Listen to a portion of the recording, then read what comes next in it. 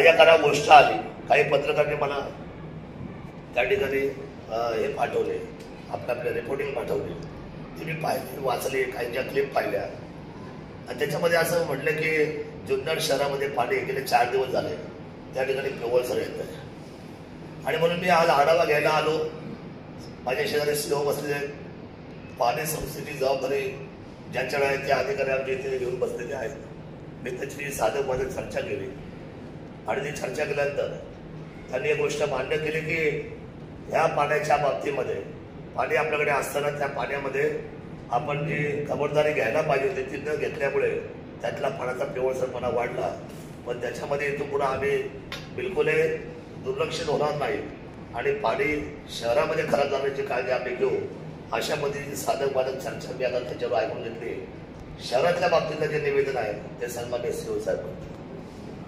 जुन्नर शहरामध्ये मागील 4-5 दिवसापासून जे दूषित पिवळसर पाणी येत होतं त्याच्या रिगार्डिंग संबंधित ठेकेदाराला जे TCL पावडर असेल, क्लोरीन गॅस असेल, त्याचा पुरेसा पर्याप्त साठा नसल्या कारणाने आपण स्थानिक लेवलवर TCL पावडर यूज करून तो कमीत कमी प्रदूषित कसं राहील, दूषित राहील पाणी ह्याची काळजी घेतली आपण.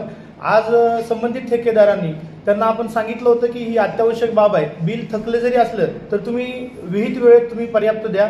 संबंधित पाणी पुरवठा विभागाने त्यांनाही वेळोवेळी तसा फॉलोअप घेतला होता. काल आपण त्यांना RTGS केलेला आहे आणि आज TCL पावडर आणि क्लोरीन गॅस आज दुपारी 12 वाजेपर्यंत पोहोचेल. आणि मी याद्वारे आमदार साहेबांच्या सूचनेनुसार मी असं आश्वासित करतो की जुन्नर शहरामध्ये जे पिवळसर दूषित पाणी येत होतं ते उद्यापासून किंवा आज संध्याकाळी 3:30 वाजता जे पाणी जाईल तेव्हापासून दूषित पाणी येणार नाही याची आम्ही हमी घेतो. साहेब, याच्यामध्ये जो निष्काळजीपणा झाला आहे याला जबाबदार असणाऱ्या कर्मचाऱ्यांवर काय काय कारवाई करणार आहात? तुम्ही काल वेळ दिली होती, काल तुम्ही फोन उचलला नाहीये, तुम्ही काहीतरी हॉस्पिटलचं कारण सांगितलं, अजूनही तुम्ही त्याच्यावरती काय कारवाई केली आहे? याच्या संबंधी पाणी पुरवठा विभागाचे जे प्रभारी आहेत महादेव राबाडे यांना TCL पावडर आणि क्लोरीन गॅसचा पर्याप्त साठा नसल्याबाबतची वस्तुस्थिती माझ्या निदर्शनास आणून दिलेली नाहीये. याबाबत त्यांना जलजन्य रोग पसरण्याचे शक्यता गृहीत धरून त्यांनी कामात निष्काळजीपणा ठेवला आणि त्याच्याबद्दल त्यांच्याकडून आपण कारणे दाखवा नोटीस त्यांना बजावलेली आहे. त्यांचं एक्सप्लेनेशन आपण मागितलं होतं. त्यांनी काल एक पत्र इनवोड केलं आहे की त्याच्यामध्ये माझं पाणी पुरवठ्याचं अत्यावश्यक बाब लक्षात घेऊन मला आज सायंकाळी कार्यालयीन वेळेपर्यंत मुदत देण्यात यावी. आणि त्याचबरोबर जो संबंधित ठेकेदार आहे त्यांनी देखील त्याच्यामध्ये दिरंगाई केल्याची बाब त्यांनी त्याच्या कालच्या रिपोर्टमध्ये नमूद केलेली आहे. भविष्यात अशा कोणत्याही प्रकारचं ठेकेदार, पाणी ही एकदम अत्यावश्यक बाब आहे, याच्यामुळे आजारी पडणं, विविध रोगराईला सामोरे जावं लागतं. यापुढे नगरपालिका प्रशासन अशी बाब कधीही भविष्यात घडणार नाही या दृष्टीने दक्षता घेईल. आणि आज देखील आपण पुढील 2 महिने केमिकल्स उपलब्ध होतील या दृष्टीने आपण नियोजन केलेलं आहे. साहेब, उद्या आपलं RTI संदर्भात काहीतरी पुण्यामध्ये हिअरिंग आहे असं कळतंय, बरोबर आहे का? हो. 10 तारखेला सुट्टी आहे महावीर जयंतीची आणि 11 तारखेला आपण इथं रिलीव्ह होणार आहात. मग आपण रिलीव्ह झाल्यानंतर या सगळ्या बाबीची जबाबदारी कोण घेणार? याच्या रिगार्डिंग आज त्यांचा खुलासा मागून घेतला जाईल. साहेब, काल आपण म्हटलं होतं काल संध्याकाळपर्यंत खुलासा मागणं गरजेचं होतं, आपण म्हटलं मागवणार, म्हणजे इथेही संबंधित कर्मचारी हा टाळाटाळ करतोय असं दिसतंय का? नाही, आता संबंधित कर्मचाऱ्यांनी एक्सप्लेनेशन देताना 1-1.5 वाजता त्याला नोटीस प्राप्त झाली आणि 5 वाजेपर्यंतची वेळ दिली, तर मला अधिकचा वेळ म्हणून आज सायंकाळी आहे. तरी पण मी माझ्या स्तरावर आता अजून 1-3 तासापर्यंत दुपारी 2-3 वाजेपर्यंत त्यांच्याकडून खुलासा मागून घेतो. साहेब, काल आम्ही तुम्हाला सांगितलं होतं की आमच्याबरोबर तुम्ही जो आपला फिल्ट्रेशन प्लांट आहे तिथे चला. तुम्ही म्हटलं होतं की मी 10 मिनिटात फोन करतो. आतापर्यंत तुम्ही फोन केलेला नाहीये. फिल्ट्रेशन प्लांटवरती कशा पद्धतीची प्रोसेस चालते हे सांगण्यासाठी तुम्ही आला नाही. नाही, याच्या तुम्हाला फोन करण्याच्या ऑफिसला येण्या अगोदर मी पाणी पुरवठा विभाग, संबंधित ठेकेदाराचे 2 माणसं साहेब, त्या अगोदर पण आपला फोन झाला तर तुम्ही म्हटलं होतं की मी तुम्हाला सांगतो आपण जाऊया. तुम्ही फोन केला नाही आणि तुम्ही तसे जाऊन आलात. नाही, मी व्हिजिट केलेली आहे. तिथं TCL पावडरचा पर्याप्त साठा पाहणी केलेली आहे आणि त्या अनुषंगाने संबंधित ठेकेदाराला फोनवर कम्युनिकेशन करून आज दुपारपर्यंत तो साठा येतोय आपल्याकडे. काल आपल्याला म्हटलं होतं की ते पाणी आपण महाराष्ट्र राज्य आरोग्य पाणी पुरवठा विभाग जो आहे त्या ठिकाणी तपासणीसाठी पाठवायचा आपण काल शब्द दिला होता. काल आपण त्याच्यावरती त्याप्रमाणे संबंधित पाणी पुरवठा विभाग प्रमुखाने सीलबंद बॉटलमध्ये ते टेस्टिंग रिपोर्टसाठी आम्ही पाठवणार आहोत. या अगोदरची जी टेस्टिंग आहे ती टेस्टिंग केव्हा झालेली आहे? संबंधित पाणी पुरवठा विभाग कधी झालेली टेस्टिंग याच्या अगोदरची? गेल्या महिन्यात. इकडे घ्या त्यांना, इकडे घ्या.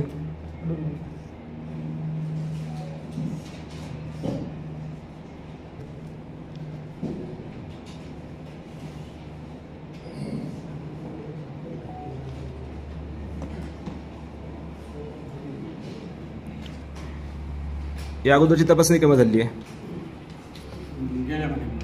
त्याचा रिपोर्ट आहे का आपल्याकडे? कधी येतो?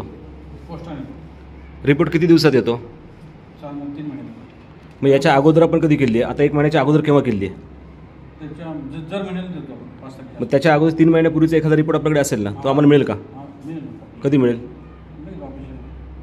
काल साहेब, आमदार साहेब, कालचा आम्ही त्यांचा ठराव मागितला होता.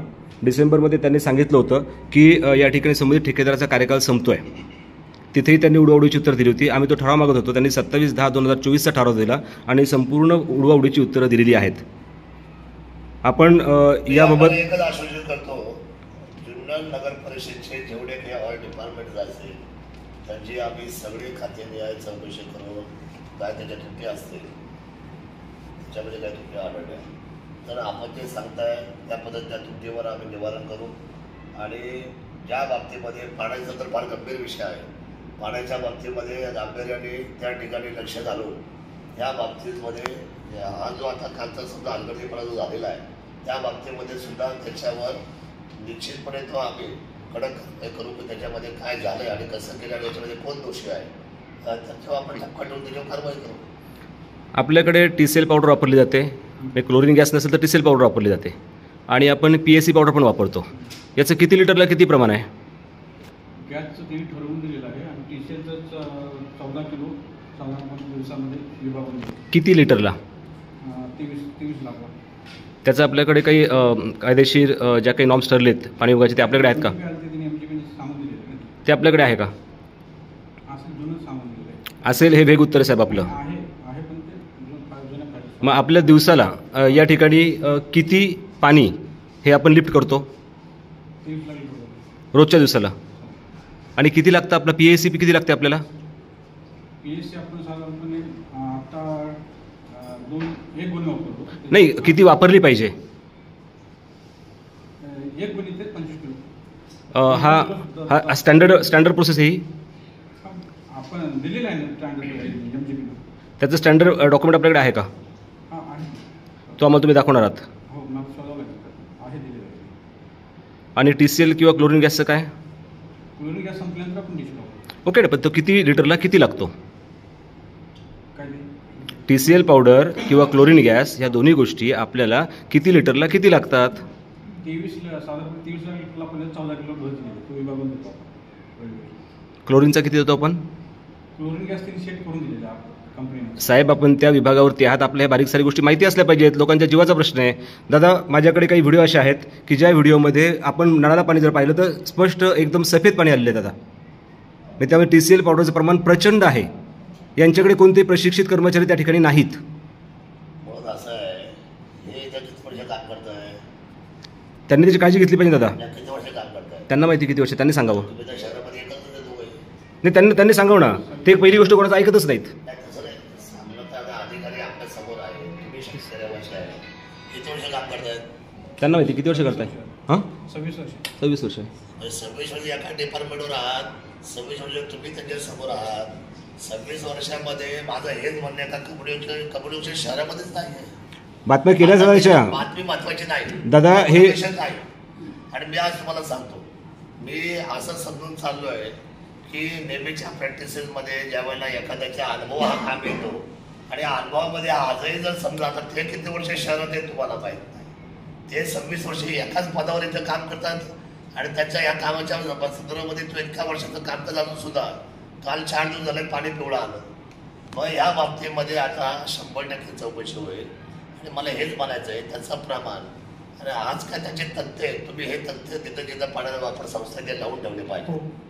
लॅमिनेशन करून आपल्याला किती पाणी येतं, आपल्या एका आपण त्या किती लिटर मागं आपण किती त्याच्यामध्ये पावडरचा वापर करतो आणि आपल्याला नॉर्म्स काय हे तो पुढं सगळ्या गोष्टी आपण आपल्या ज्या काय त्या डिक्लेरेशनमध्ये ठेवल्या पाहिजेत त्याप्रमाणेच आपण आपलं कामकाज चालू ठेवलं पाहिजे. ठीक आहे दादा, फक्त एक शेवटचाच विषय या पाण्याबाबत, जुन्नरच्या पाण्याबाबत. साहेब उद्या हिअरिंगला जाणार आहेत, परवा सुट्टी आहे आणि 11 तारखेला त्यांचं रिन्यू आहे. आपणास विनंती आहे, जोपर्यंत ही कारवाई होत नाही तोपर्यंत साहेबांना इथनं रिन्यू करू नये. माझं असं म्हणणं आहे की ऑलरेडी त्याचं प्रमोशन झालेलं आहे आणि इथे दुसरे सीओ पण द्यायला तयार, त्यांना चान्स द्यावा लागेल. आणि ह्या चौकशीमध्ये ते राज्यात विरुद्ध म्हणून जाणार नाही. समजा उद्या त्यांच्यावर काय ॲलिगेशन असतील, त्यांच्यावर काय ॲलिगेशन असतील तर मापदंडामध्ये ना कुठं जाणार चौकट सोडून त्यामुळं आपण म्हणतो सरकारला की याला सोडू नका आणि आम्हाला जरा बसून आणि आपल्या काम करायचे पुढे त्यांनी यांचा विषय संपलेला आहे. आता विषय असा आहे, चौकशी तर कायम लागेल आणि त्या बाबतीमध्ये सेंट्रलाइज आमदार अतिशय जबाबदारीने याच्या बाबतीमध्ये निर्णय घेणार. म्हणूनच तुमच्याकडून अपेक्षा म्हणून तुम्हाला विनंती आहे की जोपर्यंत ही कारवाई त्यांनी आज केली ते 11 तारखेला गेले, काही हरकतचा मुद्दा नाही आहे. आमचं म्हणणं आहे त्यांनी कारवाई करून जावं, नाही करायला जावं तर त्या कारवाईचं उत्तर त्यांना अपेक्षित त्यांना त्या असं आहे. खात्याने या विभागाच्या बाबतीत त्यांना येऊन ते बोलावंच लागेल ना पुन्हा उद्या. त्यांना त्रास होणार, त्यांना यायच्या नातडून पुन्हा खर्च करून यावं तर लागेल, जाणार कुठं? कारण आपण टापकाय ठेवतोय ना, टापकाय ठेवण्यात तर यावंच लागेल. आम्ही तुम्हालाच विचारणार नंतर. 100%.